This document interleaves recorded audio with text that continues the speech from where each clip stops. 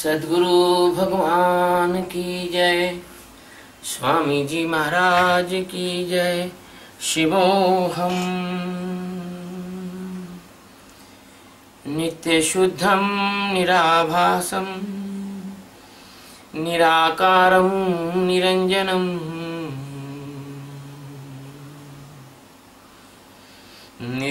नित्य बोध चिदानंदम गुरु ब्रह्म नमामहम्। श्रीमत् परब्रह्म गुरुं स्मरामि। श्रीमत् परब्रह्म गुरुं वदामि। श्रीमत् परब्रह्म गुरु नमामि। श्रीमत् परब्रह्म गुरुं भजामि। ओम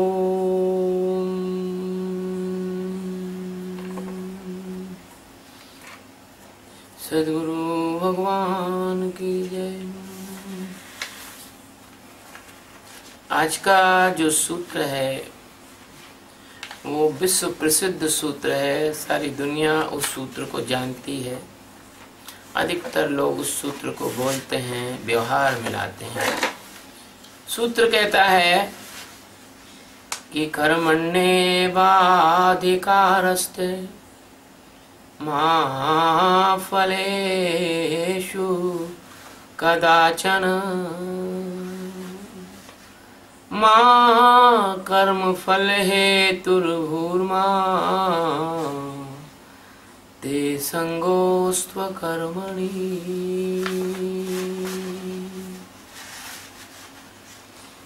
कर्मणि एव अधिकारः ते मा फलेषु कदाचन मा कर्म फल हेतु भू मा ते संग अस्तु अकर्मणि। ये इसका संधि विच्छेद है।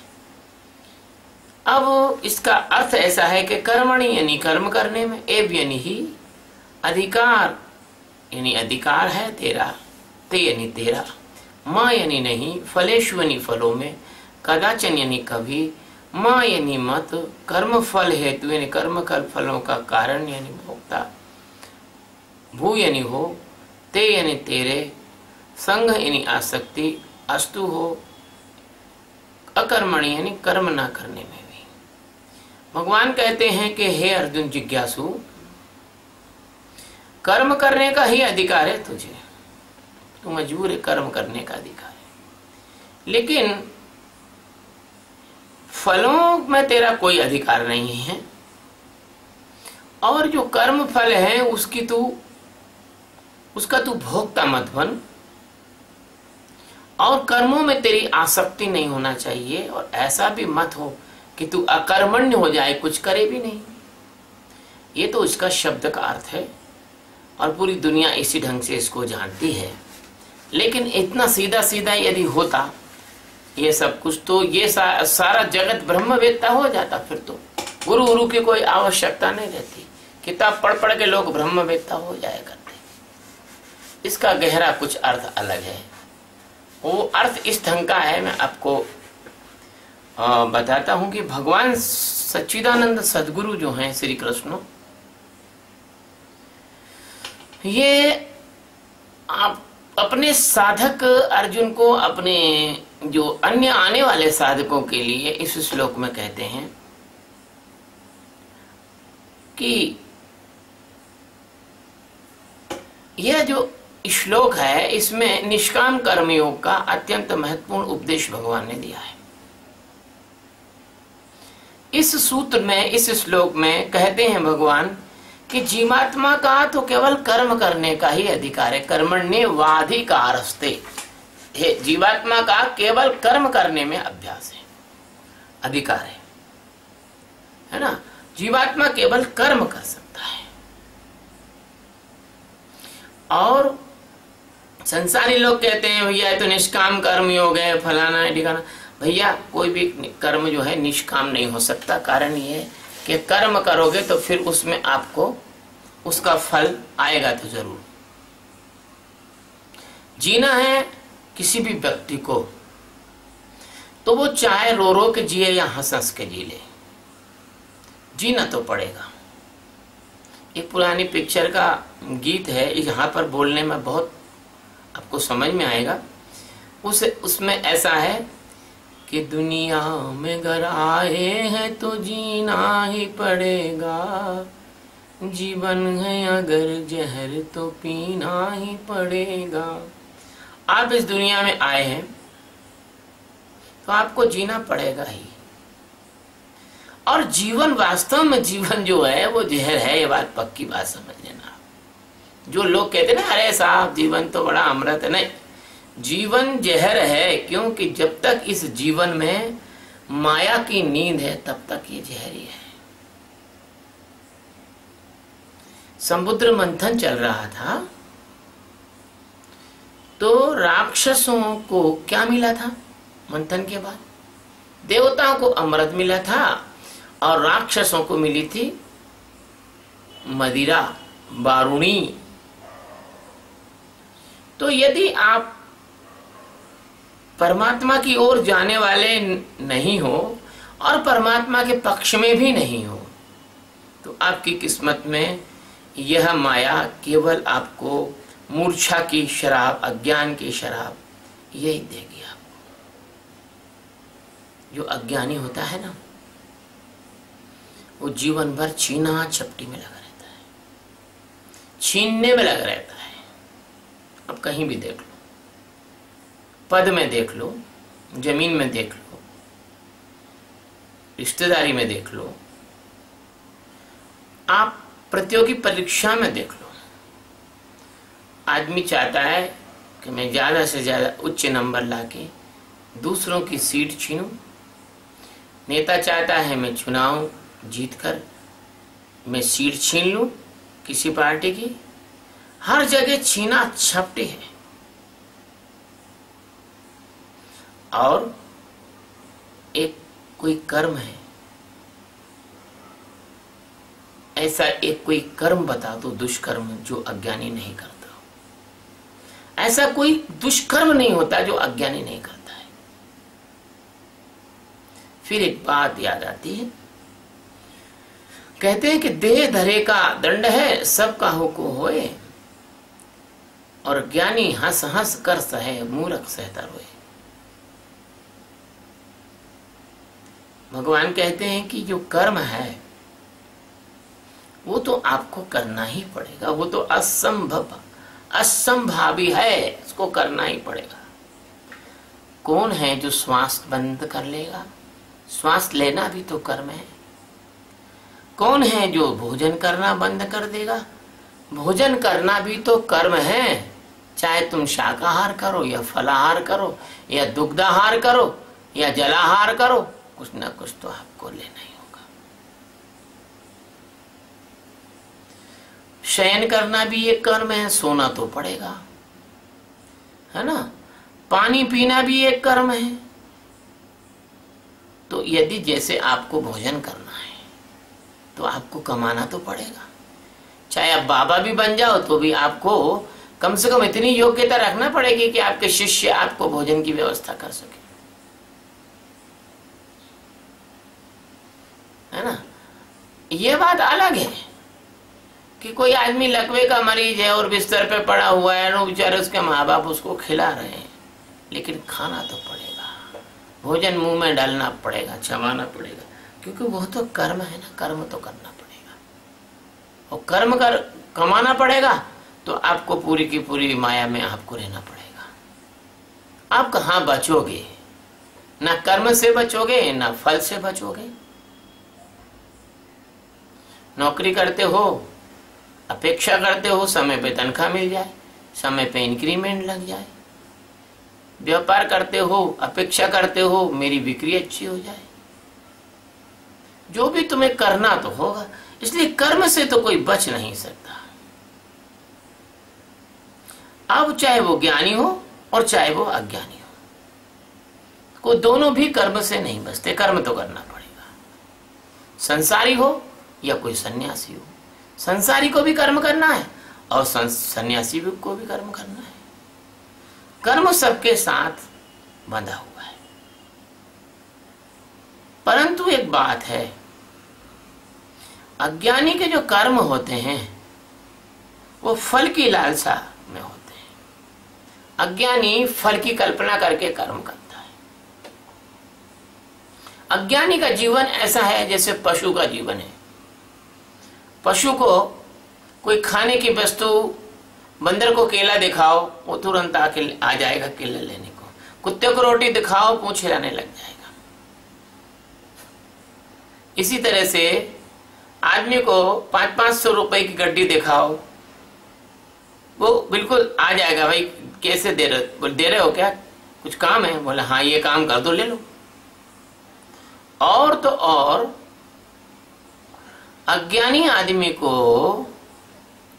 बहुत सारे प्रलोभन काम करने के लिए मजबूर करते हैं, और इसीलिए समाज में अज्ञानी जो है चूंकि फल की अपेक्षा करके कर्म करता है, इसलिए समाज भी अज्ञानी के लिए व्यवस्था बना के रखता है। जैसे कोई पिता है, पुत्र से कहा भाई तू 8वीं में फर्स्ट क्लास आ जा, हम तुझे साइकिल दिला देंगे। कोई 12वीं में तू टॉप कर दे, हम तुझे लैपटॉप दिला देंगे। इन प्राइज एंड पनिशमेंट, दंड और पुरस्कार, इससे समाज ने उसको बांध रखा है। तो यह है कर्मण्यवादी का रास्ते। आदमी मजबूर है, कर्म तो करेगा ही, अधिकार मतलब उसको कर्म तो करना है, कर्म करने में उसका अधिकार है। अधिकार है मतलब कर्म करना उसका, इसकी मजबूरी है। लेकिन कर्म जो है, एक ही कर्म के अनेक फल हुआ करते हैं। एक व्यक्ति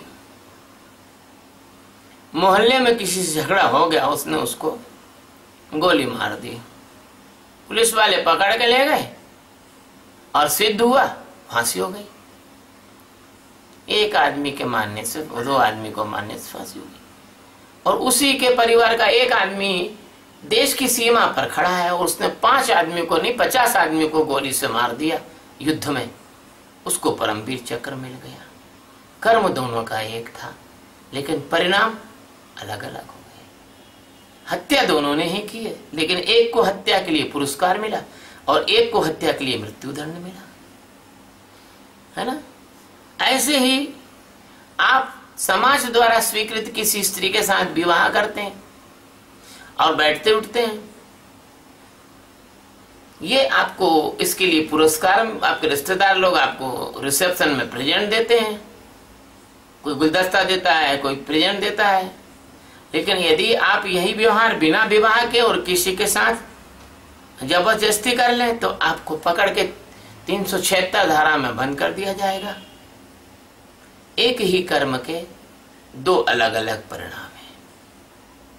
तो जीवन जिसने भी लिया है उसको कर्म करना अवश्यम भावी है, और आप कर्म नहीं करते, ये बात तो कोई ज्ञानी समझता है कि आप कर्म नहीं करते, बल्कि बलपूर्वक प्रकृति आपसे कर्म कराती है। जैसे पिछले श्लोकों में मैंने कहा कि सतोगुण, रजोगुण और तमोगुण, ये गुण प्रकृति संभवा, ये गुण जो है प्रकृति में है। और भगवान कहते हैं कि प्रकृति क्रिया कर्माणि कर्ता इव मन्यते, प्रकृति कर्म करती है, आप अपने आप को कर्ता समझ बैठे हैं, नादान हैं आप। तो केवल जो ज्ञानी होता है वह ज्ञानी ही समझ सकता है कि कर्म हम करते नहीं, कर्म के कर्ता हम नहीं है, कर्म की कर्ता तो प्रकृति है। यह जो शरीर है वो वैसे ही कठपुतले के समान है, जैसे कि अगर किसी पशु के मूत्र के अंदर एक घास का लंपा डाल दिया जाए, हम इसको लंपा यानी तिनका बोलते हैं, तो उसके केमिकल इफेक्ट से वो ऐठने लग जाता है, घूमने लग जाता है। इसी तरह से जब वायु तुम्हारे हाथ में जाती है और वायु से जो है आपके हाथ की मांसपेशियां संचालित होती हैं और वाणी जो है, ये ध्वनि है, ये जिह्वा के संचालन से और कंठ के संचालन से ये ध्वनि उत्पन्न होती है। आप नहीं करते। जब जाने आप बिना मुंह खोले, बिना जीभ हिलाए बोल लें, तो प्रकृति करती है। ये बात तो केवल इस चीज का तो रहस्य केवल और केवल कौन जानता है? ज्ञानी ही जानता है। इसका रहस्य जानता है केवल ज्ञानी। अज्ञानी इसका रहस्य नहीं जानता है। ज्ञानी जानता है कि जो परमात्मा है वो अकर्ता अभोक्ता है, लेकिन अज्ञानी तो कहता है भगवान ने ये किया, भगवान ने वो किया। अरे भैया, भगवान तुम्हारा कोई सेवक नहीं है जो करेगा। भगवान तो अखंड मंडलाकारम व्याप्तम येन चराचरम तद पदम दर्शितम येनम परमानंदम सद्गुरुम। वो सद्गुरु है, वो जो अखंड सारे मंडल आकार के सारी आकाश गंगाओं में वो एक ही तत्व व्याप्त है। किंतु जो जिज्ञासु होता है वो कर्म के कर्ता भाव से हट जाता है सद्गुरु की कृपा से, और फिर कर्म होते रहते हैं और कर्मों का तमाशा वो देखता रहता है।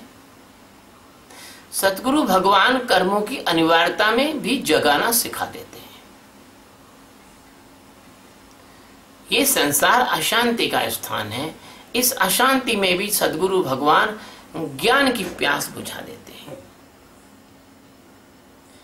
मुझे एक दृष्टांत याद आता है। प्राचीन समय की बात है। एक घुड़सवार बहुत दूर से घोड़ा चलाता हुआ आ रहा था। रास्ते में एक गांव पड़ा। गांव के एक खेत में एक किसान अपनी फसल को सींच रहा था और रहट चला रहा था। रहट में क्या रहता है कि एक गोलाकार पट्टे पे बहुत सारे 5-5 लीटर के डिब्बे बांधे रहते हैं। वो डिब्बे नीचे से भर के आते हैं और ऊपर जो कुएं का ढाना रहता है उस पे गिरते हैं, और उसके पानी के गिरने से वो पानी नली से होता हुआ खेत में जाता है। लेकिन उन डिब्बों का शोर बहुत होता है। घुड़सवार आया, उसका घोड़ा प्यासा था।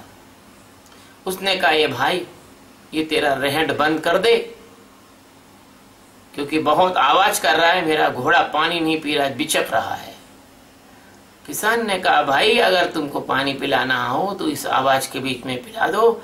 यदि मैंने रहट बंद कर दिया तो पानी जो है वो आएगा नहीं, क्योंकि चट से पानी आता, फट से उसमें खेत में चला जाता, क्योंकि रहट में थोड़ा सा पानी आता है। ये संसार ऐसा ही अशांत है, ऐसा ही क्षणभंगुर है। अगर तुमने इस संसार में आके और ज्ञान की प्यास यदि बुझा ली, इस अशांति में, इस कोलाहल में, इस परेशानी में यदि तुम ज्ञान को उपलब्ध हो गए तो हो गए, अन्यथा हो नहीं सकते हो। तो प्रत्येक जो सद्गुरु होता है वो अपने शिष्य को समस्त कर्मों के फल की आसक्ति से बचा लेता है, क्योंकि आसक्ति एक ऐसी मूर्ता की मूर्छा है। जैसे छोटे छोटे बच्चे रहते हैं ना, उनकी खिलौनों में आसक्ति रहती है। अगर एक का खिलौना दूसरा उठा लेता है तो काट लेते हैं। ऐसे ही संसारी जो व्यक्ति है वो कर्मों में इतना आसक्त है, उसमें मूर्छित है कि आसक्त व्यक्ति कर्मों के कुचक्र में फंस जाता है। वो फंसकर जन्म मरण की जो बाढ़ है, बहती हुई नदी है, उसमें तिनके की तरह बहता चला जाता है और बार बार जन्मता है और बार बार मरता है। तो ये यहाँ है कि कर्मण्य बाधिकारस्ते माँ फलेषु कदाचन, है ना, और माँ कर्म फल हेतुर्भूर्मा। अब क्या है कि तू कर्म फल का हेतु, जो कर्म फल का तू हेतु है वो मत बन। कर्म होने दे और कर्म फल का लालची मत बन।